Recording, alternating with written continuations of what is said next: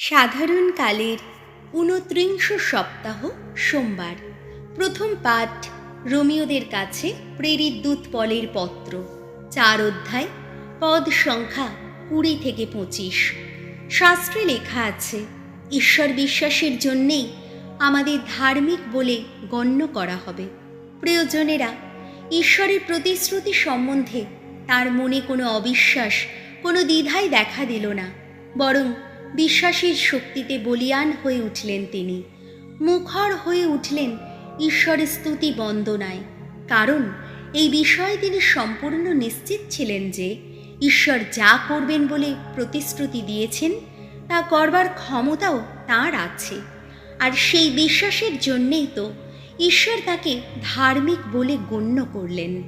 শাস্ত্রে এই যে লেখা হয়েছে, বিশ্বাসের জন্যেই তাকে ধার্মিক বলে গণ্য করলেন, তা শুধুমাত্র আব্রাহামের সম্বন্ধে লেখা হয়নি, হয়েছে আমাদেরও সম্বন্ধে। আমাদেরও তো বিশ্বাসের জন্যেই ধার্মিক বলে গণ্য হওয়ার কথা, কেননা আমরা যে তাঁকেই বিশ্বাস করি, যিনি আমাদের প্রভু যিশুকে মৃতদের মধ্য থেকে পুনরুত্থিত করেছেন। প্রভু যিশুকে আমাদের অপরাধ অপকর্মের জন্যেই মৃত্যুর হাতে তুলে দেওয়া হয়েছিল, এবং আমাদের অন্তরে ধার্মিকতা ফিরিয়ে আনবার জন্যেই তো তাকে পুনরুত্থিত করা হয়েছে। প্রভুর বাণী, যাজক জাকারিয়ার গীতিকা। ধুয়ো। ধন্য প্রভু, ধন্য, আপন জাতির কাছে এসেছেন তিনি।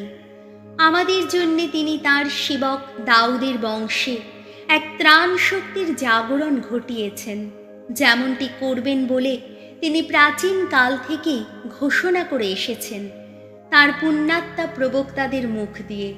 ধুয়ো। ধন্য প্রভু, ধন্য, আপন জাতির কাছে এসেছেন তিনি।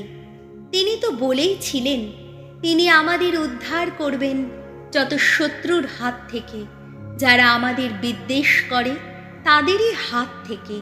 আর এইভাবে তিনি আমাদের পিতৃপুরুষদের প্রতি তার করুণা দেখাবেন। এইভাবেই স্মরণে রাখবেন তার সেই পবিত্র সন্ধির কথা, আমাদের পিতৃপুরুষ আব্রাহামের প্রতি উচ্চারিত তার সেই মহাশপথের কথা। ধুয়ো। ধন্য প্রভু, ধন্য, আপন জাতির কাছে এসেছেন তিনি। সেদিন তিনি তো শপথ করেই বলেছিলেন, আমাদের এমনই অনুগ্রহ করবেন তিনি, যাতে শত্রুর হাত থেকে রক্ষা পেয়ে আমরা তাঁর দৃষ্টিতে পবিত্র ধর্মিষ্ঠ হয়ে উঠতে পারি, নির্ভয়ে আজীবন তার সেবা করে যেতে পারি। ধুয়ো। ধন্য প্রভু, ধন্য, আপন জাতির কাছে এসেছেন তিনি। বাণী বন্দনা। জয় জয় প্রভুর জয়। অন্তরে যারা দিন, ধন্য তারা ধন্য। স্বর্গরাজ্য তাদেরই, আহা তাদেরই।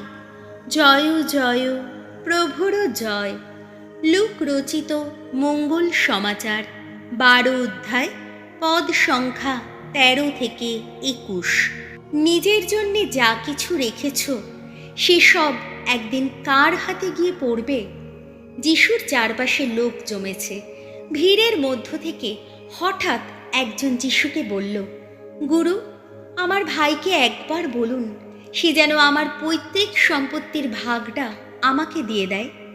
উত্তরে যিশু বললেন, বন্ধু, তোমাদের নিজেদের ব্যাপারে কোনো বিচার বা নিষ্পত্তি করার অধিকার কে আমাকে দিয়েছে? তারপর তিনি সকলকে লক্ষ্য করে বললেন, সাবধান, সব রকম লোভের হাত থেকে নিজেদের বাঁচাও তোমরা। কেননা মানুষের অপর্যাপ্ত ধনসম্পত্তি থাকলেও তার জীবিত থাকা কিন্তু সেই সম্পদের ওপর মোটেই নির্ভর করে না। যিশু তারপর লোকদের এই উপমা কাহিনীটি শোনালেন। একজন ধনী লোকের জমিতে প্রচুর ফসল হয়েছিল। সে মনে মনে ভাবতে লাগলো, এখন আমি কি করি? আমার এই ফসল জমিয়ে রাখার মতো জায়গা তো আমার নেই।